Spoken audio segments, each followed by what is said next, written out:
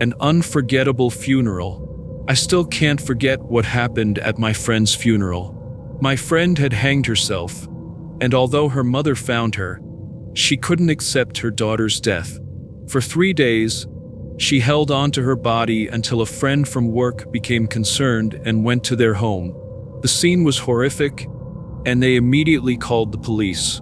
We attended the wake and then the funeral. About 10 minutes into the chanting, we heard a rattling noise. Those of us in the front row exchanged confused glances, but before we could react, there was a loud bang. The lid of the casket fell, and my friend's upper body shot up. The funeral hall erupted into screams and chaos. It was impossible to continue. In that moment of terror, none of us could move. Only her mother rushed to her daughter, hugging her tightly while crying.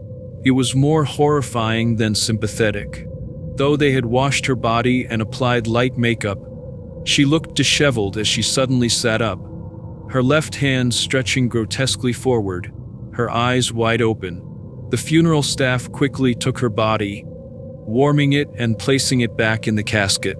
They attempted to continue the service, but most attendees had left, fear lingering in the air as we paid our respects, placed flowers, and hammered nails into the casket, all while wondering if she would rise again.